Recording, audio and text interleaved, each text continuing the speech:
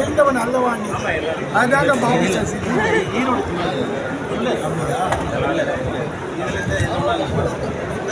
முன்பு வேகமாய் ஓடியது இப்போது கட்டி வைக்கிறார்கள் கரையேறா ஓடம். இது ரொம்ப அற்புதமான அந்த ஓடத்தை அனுபவப்பட்டவர்கள் மட்டும்தான் இது புரிஞ்சிக்க முடியும். தெளிந்த வானம், குளமெங்க ஓட்டைகள், நிறைய நட்சத்திரங்கள், அது எப்படி ரிஃப்ளெக்ட் ஆகுது எப்படின்றது ரொம்ப அழகாக சொல்லியிருக்காரு. ஆனால் குறைந்த வார்த்தைகளில் நிறைய அனுபவங்களை பேசுகிற பாபு சசிதரன் தொடர்ந்து செயல்களில் ஈடுபடுபவர், குறைந்த வார்த்தைகளில் ஈடுபடுகிறவர். எனவே அவர் மேலே ஒரு செயல் புயலாக இன்றைக்கும் இயங்கிக் கொண்டிருக்க வேண்டும் என்று நான் வாழ்த்துகிறேன். வணக்கம். தமிழ்னா வந்துருங்க, அப்படியே அண்ணா இருங்க, போயிடலாம் ஒரு 2 நிமிஷம். அன்பு நண்பர்களே, அடுத்ததாக அற்புதமான இந்த மாலை பொழுதில் புத்தகங்கள் பூக்களாக விரிந்திருக்கிற இந்த புத்தக கண்காட்சியில் இன்றைக்கு பாபு சசிதரன் அவர்கள் எழுதிய பாஷோவின் கடைசி ஹைக்கூ என்கிற இந்த ஹைக்கூ நூல் வெளியிடுகிற இந்த தருணத்தில் நானும் அதை பங்கேற்று பிரதியை பெற்றுக்கொள்வது எனக்கு பெரும் மகிழ்ச்சியை அளிக்கிறது. கவிதையை படிக்காமல் வாழ்த்துறை வழங்குவது என்பதைப் போல ஒரு வன்முறை ஏதுமில்லை என்று நான் நினைக்கிறேன். ஆனால் இந்த நூல் குறித்து தான் என்னால் பேச முடியாதே தவிர 1 மணி நேரம் பாபு சசிதரனின் குணங்கள் குறித்தும் அவருடைய செயல்பாடு குறித்தும் அவர் ஏற்கனவே எழுதிய படைப்புகள் குறித்தும் என்னால் பேச முடியும், நினைவிலிருந்தே பேச முடியும். ஏனென்று சொன்னால் பாபு சசிதரன் அவர்களுடைய படைப்பொன்று கடந்த ஆண்டு சௌமா இலக்கிய விருது பெற்றது. அத்தகைய படைப்புகளை தொடர்ந்து படைத்துக் கொண்டிருப்பவர். இன்னும் சொல்ல போனால் தொய்வின்றி ஒரு இலக்கியவாதி, ஒரு படைப்பாளி அடிப்படையான குணாம்சம் தொடர்ந்து இயங்க வேண்டும். தொடர்ந்து இயங்குவது என்பது பாபு சசிதரனுடைய ஒரு அடிப்படை குணமாக இருக்கிறது. இது மட்டுமல்ல, இலக்கிய இயக்கமாகவும் இயங்கிக் கொண்டிருக்கிறார். அந்த நிமிர் இலக்கிய வட்டத்தை வைத்து வாரந்தோறும் எது எப்படியானாலும் அந்த நிகழ்வு புதன்கிழமை நடக்கும்.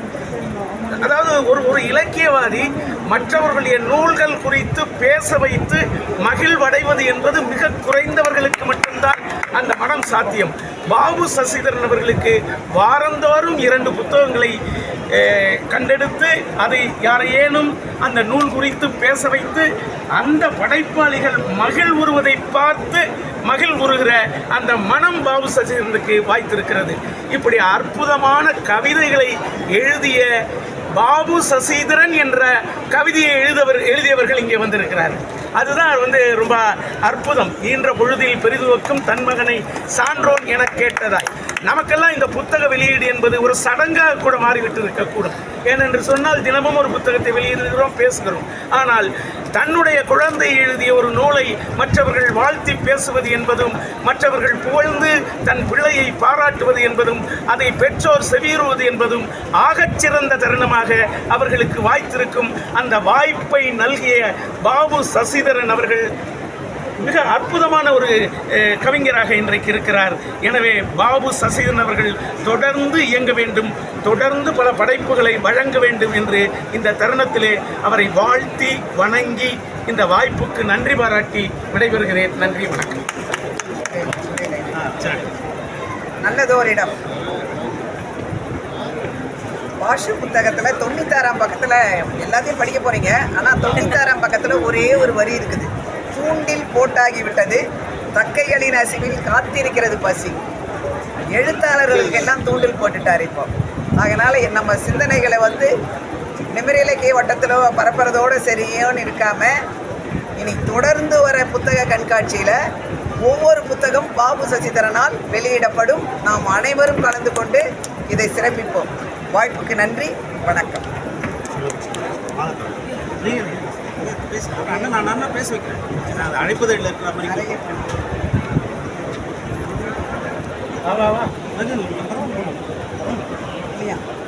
அனைவருக்கும் மீண்டும் வணக்கம். அன்பு கவிஞர் பாபு சசிதரனின் பாஷோவின் கடைசி கைப்பு என்கிற கைப்பு கவிதை நூல் இன்றைக்கு வெளியிடப்பட்டிருக்கிறது. அன்பு கவிஞர் தமிழ் மணவாளன் சொன்னது போல அவரை பற்றி 1 மணி நேரம் பேசலாம். புத்தகத்தை பற்றியும் என்னால் 1 மணி நேரம் பேச முடியும். ஏனென்றால் ஒரு முறை படித்தவன் அல்ல, 3 முறை படித்தவர். ஆமாம், முதல் முறை நண்பனின் கவிதை ஒரு வாசிப்புக்காகவும், அடுத்து முன்னுரை எழுதுவதற்காகவும், முன்னுரை எழுதிய பிறகு வேறொரு தலைப்பை மாற்றி 3 முறை என்னை எழுத சொன்னார். எனக்கு கூட சந்தேகம் வந்துருச்சு, ஒழுங்காக முன்னுரை எழுதலையோன்னு. அப்படி மீண்டும் மீண்டும் ஒரு படைப்பை செப்பனிடுகிற மனநிலை என்பது ஒரு படைப்பை உன்னத இடத்துக்கு கொண்டு போவதற்கான ஒரு சரியான படிக்கட்டாக பார்ப்போம். நான் அந்த வகையில் பாபு சசிதரன் செதுக்கி செதுக்கி படித்திருக்கிற இந்த பாசோவின் கடைசி கைப்பு என்கிற கைப்பு இன்றைக்கு தமிழ் கைப்பு உலக அளவில் கவனிக்கப்படுகிற ஒரு உயரமான இடத்தை பெற்றிருக்கிறது. கடந்த ஆண்டில் மட்டும் தமிழ்நாட்டைச் சென்ற 3 கவிஞர்களின் கைப்பு கவிதைகள் கைப்பு பிறந்த இடமான ஜப்பானிய மொழியிலேயே மொழிபெயர்க்கப்பட்டிருக்கிறது என்பது நாமெல்லாம் பெருமைப்படத்தக்க விஷயம். அந்த இடத்தை நண்பர் பாபு சசிதரன் அடைவார் என்கிற நம்பிக்கை இந்த பாசோவின் கடைசி கைப்பு என்கிற தொகுப்பில் கிடைத்திருக்கிறது. இந்த புத்தக வெளியீட்டு விழா அகனி அரங்கில் நடந்ததை உண்மையில் நான் பெருமையாக கருதுகிறேன். நான் இது வரைக்கும் ஒரு 77 புத்தகங்கள் எழுதியிருக்கேன். என்னோட ஒவ்வொரு புத்தகத்தை வெளியிடும் போகும்போது எனக்கு ஒரு பெரிய ஆதங்கம் என்ன இருக்குன்னா, எங்கள் அப்பா அம்மாவோட யாருமே அங்கே இல்லையே, அது எனக்கு ரொம்ப வருத்தமாக இருக்கேன். ஏன்னா நான் புத்தகம் எழுதுறது தொடங்கும் போதே எங்கள் அப்பா அம்மா இறந்துட்டாங்க. ஒவ்வொரு முறையும் எனக்கு இது ஒரு ஆதங்கமாக இருக்கும். இன்றைக்கு வெளியிடப்படுகிற பாபு சசிதரனின் இந்த புத்தக வெளியீட்டு விழாவில் அவனை ஈர்த்த தாயும் தந்தை இருப்பது அது பாபுக்கு பெரிய வரம். இது நிறைய பேருக்கு இந்த வரம் கிடைக்காது. உள்ள கவிதை எழுதினாரே குட்டிச்சவரா போறான் என்கிற தமிழ் சமூகத்தில் தான் குழந்தை எழுதிய புத்தக வெளியீட்டு விழாவில் பேரன்போடு கலந்திருக்கிற அம்மாவையும் அப்பாவையும் நான் வழங்கி போயிருக்கிறேன். இந்த நிகழ்வில் கலந்து கொண்டிருக்கிற அனைத்து நண்பர்களுக்கும் பாபு சசிதரன் ஒரு அசராத படைப்பாளி. அவர் அந்த நிபுணர் இலக்கிய அமர்வை சமராமல் செய்வார். என்னோட சாகித்ய அகாடமி விருது பெற்ற புத்தகத்துக்கு ஒரு பாராட்டு விழா அவர் இணையக்கூடத்தில் நடத்துறாரு. கூட்டம் தொடங்கி போயிட்டு இருக்கு. அவர் ஒரு ரயிலில் போயிட்டு இருக்காரு. எனக்கு ரொம்ப வேடிக்கையாக இருந்தது. அந்த ரயிலில் காலில் ஹெட்ஃபோன் மாட்டிட்டு போய்கிட்டே இருக்கேன். வீட்டுக்கு போனோன்னு நான் பேசுகிறேன்னு சொல்லி அப்படி ஒவ்வொரு மணித்துளியையும் இலக்கிய பயன்பாட்டோடு நடத்தி கொண்டிருக்கிற பாபு சசிதரனின் இந்த பாசோவின் கடைசி கைக்கு என்பது அவரது முதல் கைக்கு நூல். இன்னும் பல கைக்கு நூல்கள் வரும் என்பதற்கான அச்சாரமாக தந்திருக்கிற இந்த நூலை வாழ்த்தி வரவேற்பதில் மகிழ்ச்சி அடைகிறேன். கைக்குவில் முதல்கள் கிறுக்கல்கள், இரண்டாவது பாசோவின் கடைசி கைப்பு. இந்த கிறுக்கல்களும் கைப்பும் இன்னும் தொடர மனப்பூர்வமான வாழ்த்துக்களை தோழன் நண்பர் பாபு சசிதரனுக்கு தெரிவித்து மகிழ்கிறேன். நன்றி.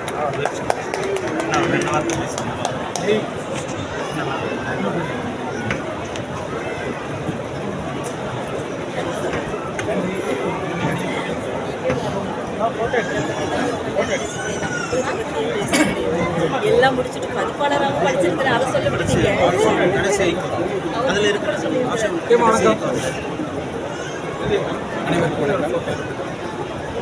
பாபு சசிதரன் அவர்கள் எழுதிய பாஷோவின் கடைசி ஐப்பு என்ற இந்த கவிதை வெளியீட்டுள்ளாவில் உரையாற்ற வாய்ப்பு கிடைத்ததற்கு நான் மிகவும் பெருமிதமடைகிறேன். இந்த தலைப்பே ரொம்ப ஈர்ப்பு உடையதாக இருக்குது. நான் பாஷோவின் ஐப்பு முதல் ஐப்பு நான் படிச்சிருக்கேன். கடைசி ஐப்புன்றது இப்போ பாபு இருக்கேன். இந்த இடத்துல ஒன்று சொல்லணும். ஐக்கு என்பதை பற்றி அதிகமாக அறிந்தது நான் முருகேஷால தான். முதல் தலைமுறை ஐக்குவை அறிமுகப்படுத்த 2ஆம் தலைமுறை அவங்கெல்லாம் கட்டுரைகள் வாயிலாக அல்லது பிரச்சாரம் பண்ணல, அவங்க கட்டுரைகள் வாயிலாக மட்டும்தான் அறிமுகப்படுத்தினார்கள். ஆனால் முருகேஷ் அவர்கள் அதை ஒரு இயக்கமாகவே நடத்தினார். தமிழ்நாடு முழுக்க ஐக்கு எழுதுகிற கவிஞர்களை எல்லாம் ஒருங்கிணைத்து அவர் அந்த ஐக்கு பரப்புரையை மிக அதிகமாக செயல்படுத்தினார். போன வாரம் கூட ஒரு ஐக்கு வெளியீட்டு விழாவில் முருகேஷ் பேசும்போது நல்ல ஒரு முக்கியமான விஷயம் சொன்னார். ஒரு காலத்தில் ஐக்கு கவிதைகளை கிண்டல் அடித்தவர்கள் எல்லாம் இருக்கிறார்கள் என்றெல்லாம் சொன்னார். நான் கூட கிண்டல் அடிச்சிருக்கேன். ஆனாலும் கூட என்னுடைய கிண்டல் என்பது இப்போ யோசித்து பார்க்கும்போது என்னென்ன அதை மாதிரி எழுத முடியலை என்ற ஒரு ஆதங்கத்தில் கூட வந்ததாக இருக்கலாம். ஐக்கு இப்போ சிரிக்கிறத பார்த்தா என்ன உணர்வுபூர்வம் பேசுகிறாங்க. இப்போ தமிழ் எழுதியிருக்காரு. ஆமாம், தமிழ் கிண்டல் அடிச்சாரா இல்லையான்னு நான் சொல்ல மாட்டேன், அது அவர் தான் சொல்லணும். நம்ம உதயகண்டன் ஒரு ஐக்கு கவிதை வெளியிட்டாரு. 25 வருஷத்துக்கு நினைக்கிறேன், 20 வருஷம். அதில் தமிழ் மனவாளர் எழுதியிருக்காரு. ஏறக்குறைய 35 கவிஞர்கள் 45 கவிஞர்கள் எழுதியிருக்காங்க. ரொம்ப அற்புதமான புத்தகம். ஐக்கு என்பது அற்புதமான வடிவம் தான். சிந்தனையாளர்கள் வடிவம். 3 முறை இந்த புத்தகத்தை அவர் படித்திருக்கிறார் என்ற பொழுதே பாபு சசிதரன் 3 முறை ஒரு ஐக்குவை பிதாமகராக இன்றைக்கு வாழ்கின்ற பிதாமகரமாக இருக்கிற முருகேஷ் அவர்களையே பாதித்து வைத்திருக்கிறார் என்று சொல்லும்போது அந்த பாபுவோட அந்த தரம், எழுத்து தரம் நமக்கு சொல்லுது. பாபு பற்றி பல செய்திகளை இங்கே சொன்னாங்க. அப்பா அம்மாவை பற்றி சொன்னாங்க. அப்பா அம்மாவை பற்றி அடிக்கடி என்னிடம் நிறைய முறை உரையாடி கொண்டிருக்கிறேன். அதனால தான் வந்தது நான் அம்மா கிட்டே அப்பா கிட்டே பேசுகிறேன். இன்னொரு விசேஷம் என்னென்னா, பாபு எழுதுகிற எல்லா கவிதைகளும் இதுக்கு முன்னும் அந்த கவிதை தொகுப்புகளில் பெரும்பாலான கவிதை தொகுப்புகளில் கவிதை கீழே ஒரு குறிப்பு வரும். இந்த கவிதை தென்னாப்பிரிக்காவில் எந்த நாட்டில் எழுதப்பட்டது, அப்புறம் மும்பை விமான நிலையத்தில் எழுதப்பட்டது, சென்னை சென்ட்ரலில் எழுதப்பட்டது, ஒவ்வொரு கவிதை கீழே அது எழுதப்பட்ட நாள், நேரம், எழுதப்பட்ட நாடு அல்லது நகரம் இவைகளை குறிப்பிடுகின்ற பழக்கம் பாபுக்கு இருக்குது. தொடர்ந்து எல்லா வகையான கவிதைகளையும் பரீட்சித்து பார்க்கின்ற ஒரு அற்புதமான கவிஞராக பாபு இருக்கிறார். நவீன கவிதைகள், புது கவிதைகள், ஐக்கு எழுதியிருக்கார். எல்லாவற்றையும் விட பாபு வாழ்வில் செய்த மிகப்பெரிய சாதனை என்று நான் என்ன மதிப்பீடு செய்கிறேன் என்றால், எங்கள் குழுவிலே கவி ஒரு கவிஞர் இருந்தார். அற்புதமான கவிஞர். சமீபத்திலே இறந்து விட்டார். 61 வயதிலே இறந்து விட்டார். ஏறக்குறைய 40 ஆண்டு காலம் கவிதைகள் எழுத அந்த கவிஞரின் கவிதைகள் புத்தகமாக வரவில்லை. அவர் மறைந்த பிறகு அவருடைய கவிதைகளை தொகுத்து பாபு சசிதரன் அந்த தொகுப்பாக வெளியிட்டார். இத்தனைக்கும் கவிக்கு பாபு நண்பர் அல்ல, பழகி இருக்கார், அவ்வளோதான். நெருக்கமான நண்பர் அல்ல, நீண்ட கால நண்பர் அல்ல, குறுகிய காலம் மட்டும்தான் பழகியிருக்கிறார். 2-3 ஹைதராபாத் தமிழ் சங்கத்துக்கு கவிஞர் அழைச்சிருக்காரு. 2-3 முறை அவரோடு ஒரே மேடையை பகிர்ந்து கொண்டிருக்கிறார். ஏறக்குறைய 40 ஆண்டு காலமாக பழகிய எங்களால் முடியாத ஒரு சாதனையை, ஒரு மகத்தான கவிஞரின் படைப்பை அவர் புத்தகமாக வெளியிட்டது அவர் வாழ்விலே தமிழுக்கு செய்த மிகப்பெரிய சாதனை, அந்த கவிதைக்கு செய்த மிகப்பெரிய அமைதி. இதற்காக வாழ்நாள் முழுக்க பாபு சசிதரனுக்கு நாங்கள் கடமைப்பட்டிருக்கிறோம் என்று சொல்லி இந்த வாய்ப்புக்கு நன்றி கூறுகின்றேன். நன்றி, வணக்கம். சப்ஸ்கிரைப் மின்னல் கலைக்கூடம்.